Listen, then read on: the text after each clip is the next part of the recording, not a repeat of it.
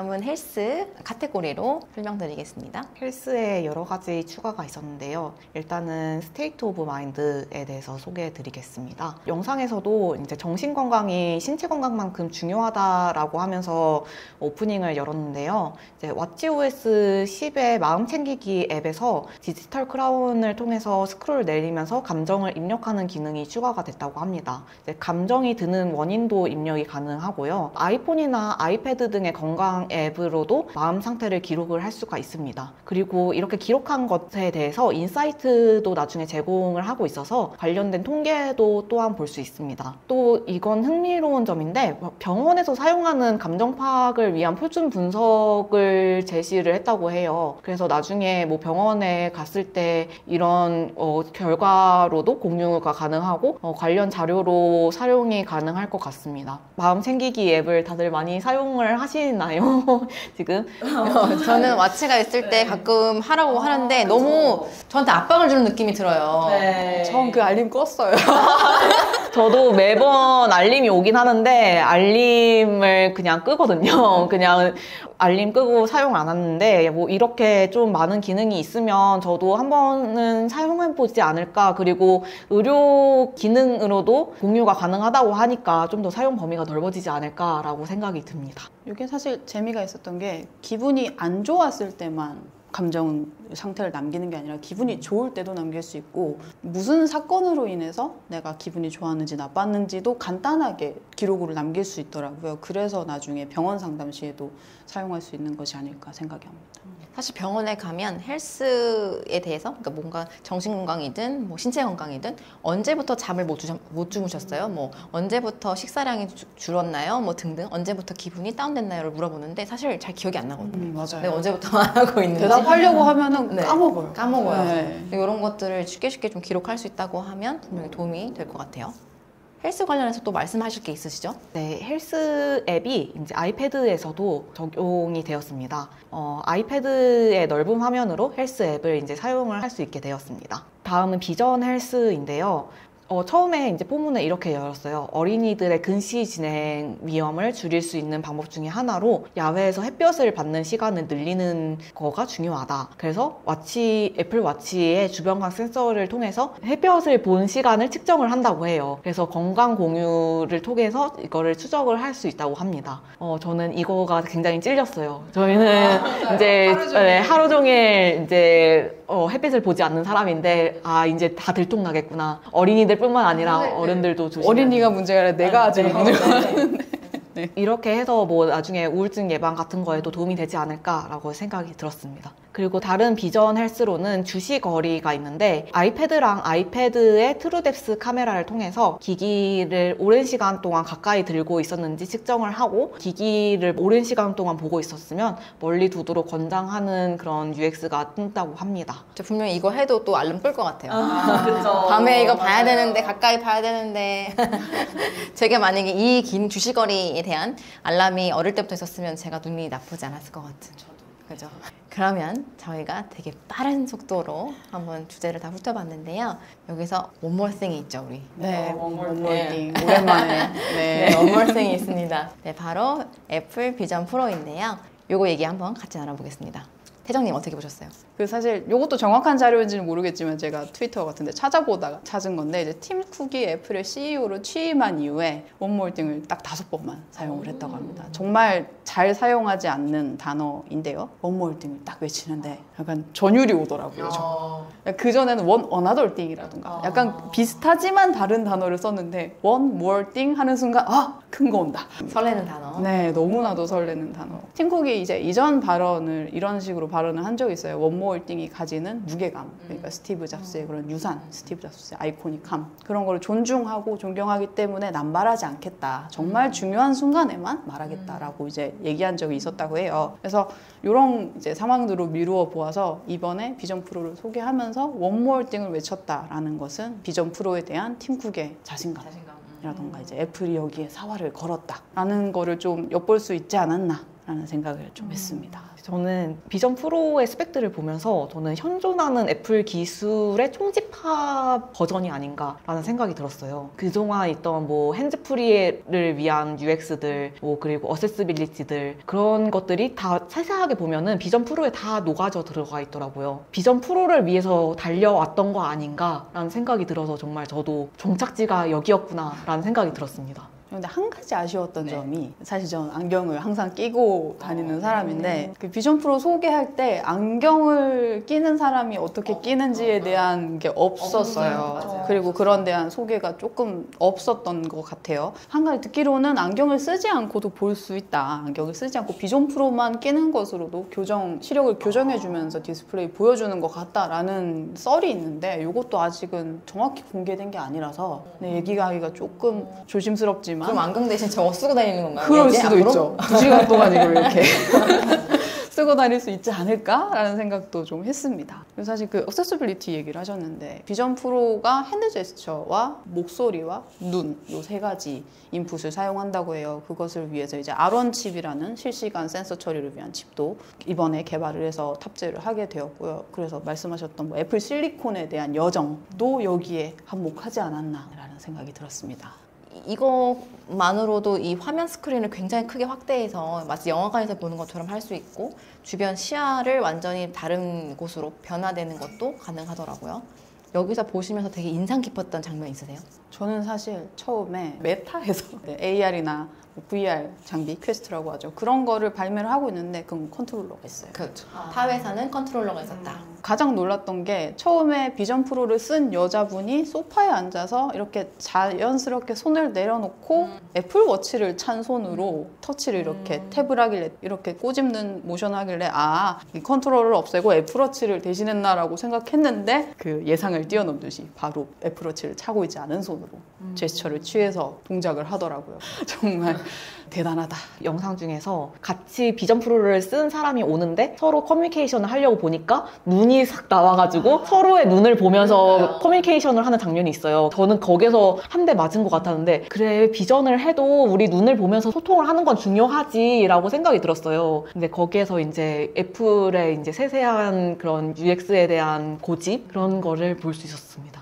이건 뭐 가격은 굳이 얘기 안 하고 싶었는데 다 좋은데 다 좋은데 500만 원. 다 좋은데 큰 가격이더라고요. 방 하나를 영화관으로 만드는 것보다 싼 거 아니에요?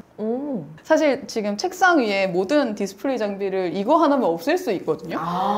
생각해보면 그러네요. 역시 그래서 제가 사겠다는 건 아니고 다음에는 언박싱 영상으로 사실 애플을 사용하거나 이제 좀 전문가용으로는 어떻게든 할 수 있다고 생각하지만 일반 사용자들이 접근하기에는 조금 비싼 가격이 아닌가라는 생각을 하고 있습니다. 이로써 저희가 키노트 영상에 대해서 리뷰를 마쳐보았고요. 네, 다음 세션 진행하겠습니다. 네, 다음은 플랫폼 스테이트 오브 유니언 세션을 한번 이야기해 보려고 합니다. 여기서도 저희가 조금 중요한 것들을 좀 픽해봤는데요. 첫 번째는 어떤 건가요, 하영님? 스위프트 데이터에 대해서 소개해 드리려고 합니다. 기존의 코어 데이터는 오브젝티브-C 기반의 디자인으로 스위프트가 제공하는 기능을 전부 활용할 수는 없다는 한계를 갖고 있었어요. 그래서 스위프트 데이터는 스위프트를 기반으로 한 데이터 모델링 및 관리를 위한 프레임워크예요.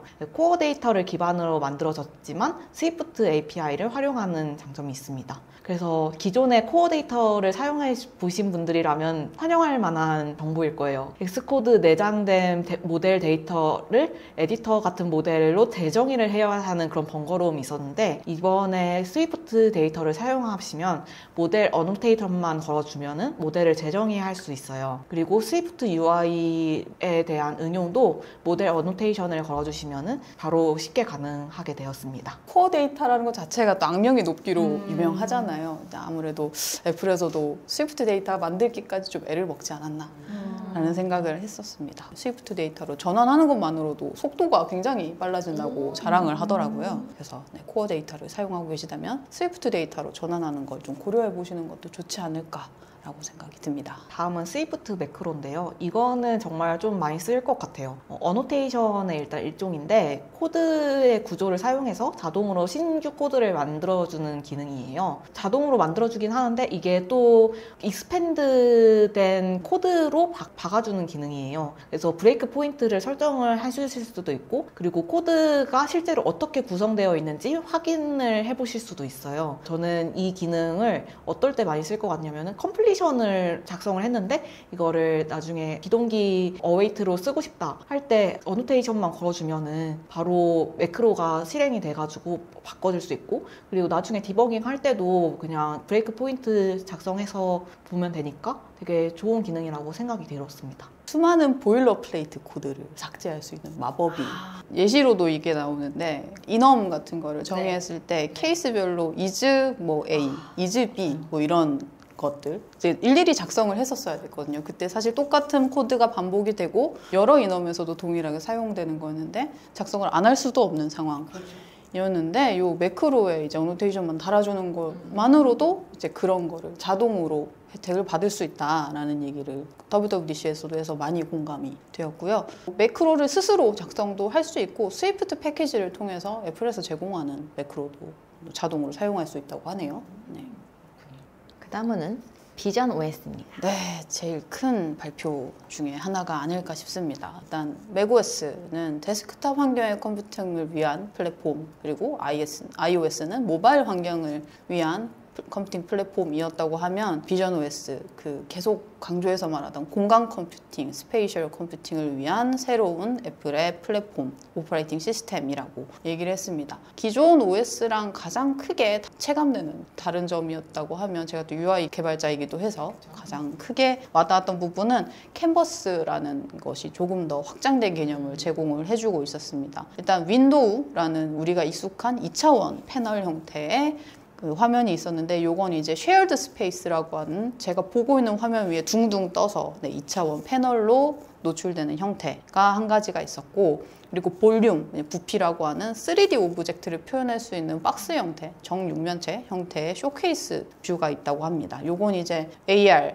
컨텐츠 같은 거, 이제 뭐 공룡 같은 거 소개를 했죠. 그래서 뭐 건축물을 렌더링한 거를 이제 이런 쉐어드 스페이스에 놓고 3차원으로 다 돌려서 볼 수 있는 그런 걸 지원하기 위한 캔버스 타입이었고, 뭐 영화관이나 뭐 공간 전체를 덮는 스페이스라는 캔버스 타입도 소개가 되었습니다. 그래서 뭐 이 스페이스를 사용한다고 하면 내가 지금 현재 보고 있는 카메라 화면, 지금 현재 실제가 아닌 다른 화면, 뭐 우주같이, 네, 아니면 뭐 초원, 자연같이 다른 공간으로 활용할 수 있다라고 소개를 했습니다. 별다른 추가 작업 없이 기존 아이폰 앱 그리고 아이패드 앱 등을 대부분 사용할 수 있을 거라고 얘기를 했고요. 하지만 그래도 비전 OS에서 제공되는 최적화된 환경을 위해서, 전용 앱을 만들기 위해서도 iOS, 뭐 애플 개발하시는 분들이 익숙한 스위프트 UI, 뭐 리얼리티 킷, AR 킷 등등 이제 기존에 제공되고 있던 친숙한 프레임워크들을 다 활용해서 개발을 할 수가 있다고 합니다.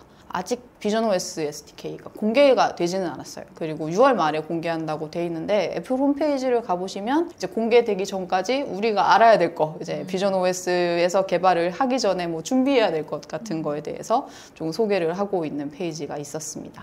이 공간 컴퓨팅이란 말을 계속 강조하는 게 되게 재밌었어요. 원래 저희가 항상 뉴스에서는 뭐 AR, VR 뭐 이렇게만 얘기했는데 공간 컴퓨팅이다라는 새로운 뭔가 개념 같은 제시를 해서 역시 애플이다. 포장 전문가다. 애플 사랑합니다.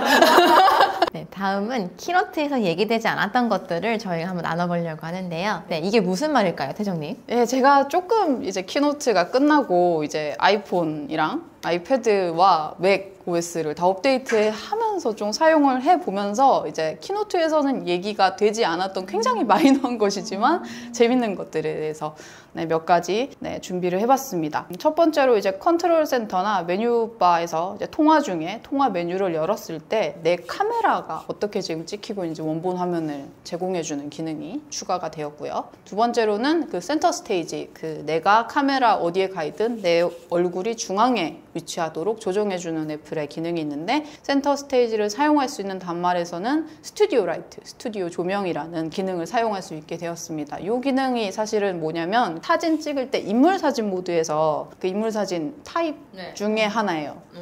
그래서 거기서 테스트를 해보시면은 스튜디오 라이트를 설정을 하면은 사람에게 조명을 이렇게 탁 쏜 것처럼 인물은 굉장히 밝고 예쁘게 해주고 배경은 살짝 어둡게 처리를 해주는 기능인데요. 요거 더불어서 포트레이트 인물 사진 모드가 있었는데 요거의 강도를 조정할 수 있는 슬라이드 바를 또 추가를 해줘서 이제 사용자의 취향에 맞게 강도를 조정할 수 있도록 추가가 되었습니다. 화상으로 대하면서 좀 그 뽀샤시한 뭔가 그쵸. 화사한 거를 할 수 있겠네요. 라이트를 정말 켠 정말 효과를. 그 얼굴에 형광등 켰다라는 표현 하잖아요. 그렇게 딱 되더라고요. 저도 해야겠어요. 다음은 네, 그리고 요 얘기는 많은 분들이 이미 뉴스 기사로 소식을 접하셨을 것 같아요. 저도 이거는 뉴스 기사를 통해서 소식을 접했는데 애플 도큐먼트에서 이제 PK 페이먼트 네트워크라는 스트럭처에 티머니라는 프로퍼티가 추가가 됐다고 합니다. 요 얘기인즉슨 iOS 17의 정식 업데이트로 티머니가 사용 가능해질 수도 있다라는 얘기가 되는 거죠. 그러니까 이제 드디어 아이폰 사용자들도 교통카드를 따로 들고 다니지 않아도 된다.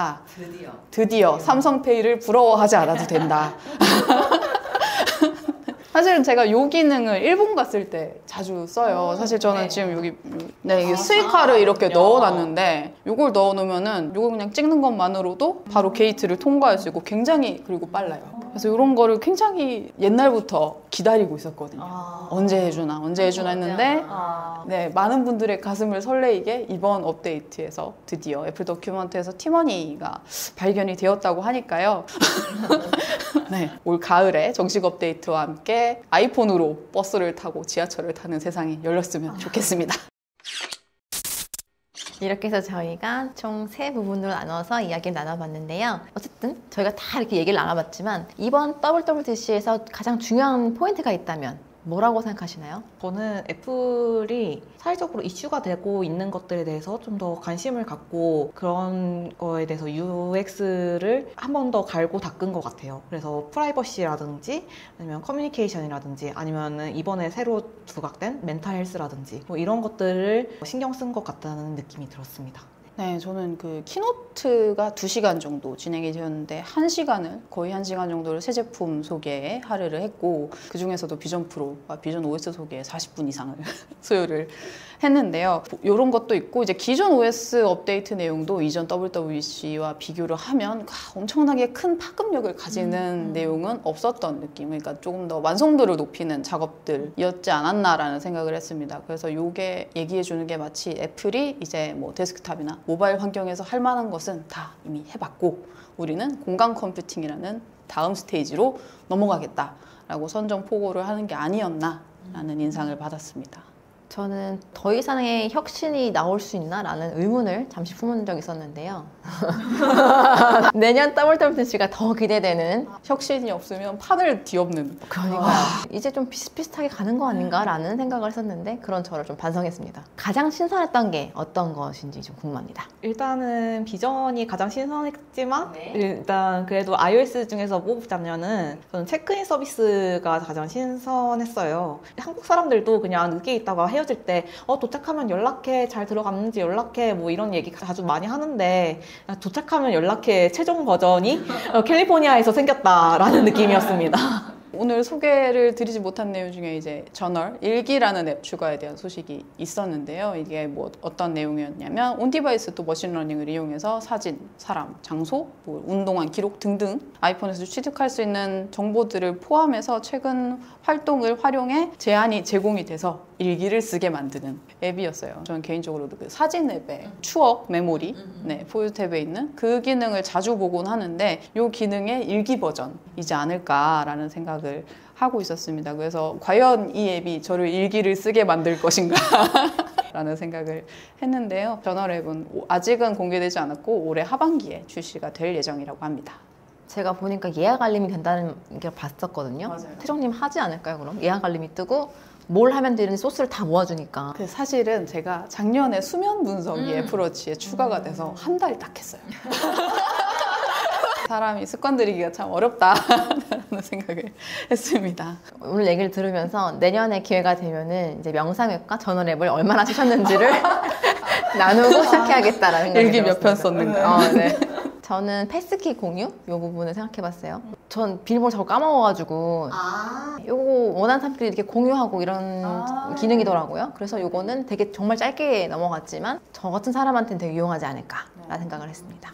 네, 항상 마지막에 하는 질문입니다. 오늘 영상 촬영하신 소감 들어보겠습니다. 네, 저는 항상 WWDC를 되게 라이트하게 봤었는데 이번 촬영을 준비하면서 WWDC 영상을 지금까지 중에 가장 집중해서 여러 번 본 해인 것 같아요. 그래서 혼자 봤을 때보다 공부가 훨씬 더 많이 됐었고 그리고 여기 계신 다른 분들 의견도 들을 수 있어서 정말 유익한 시간이었던 것 같습니다.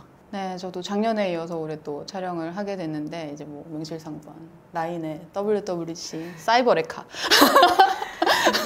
된 것이 아닌가 싶은 생각이 듭니다. 그리고 회사에서 꼭 비전 프로 한 대씩 구매해서 저희 테스트 열심히 할 테니까요. 네. 그리고 내년에도 WWDC에서 재밌는 소식과 함께 또 찾아뵐 수 있으면 좋을 것 같습니다. 네, 그럼 이상 저희 오늘 영상 마치겠습니다. 네, 감사합니다. 감사합니다.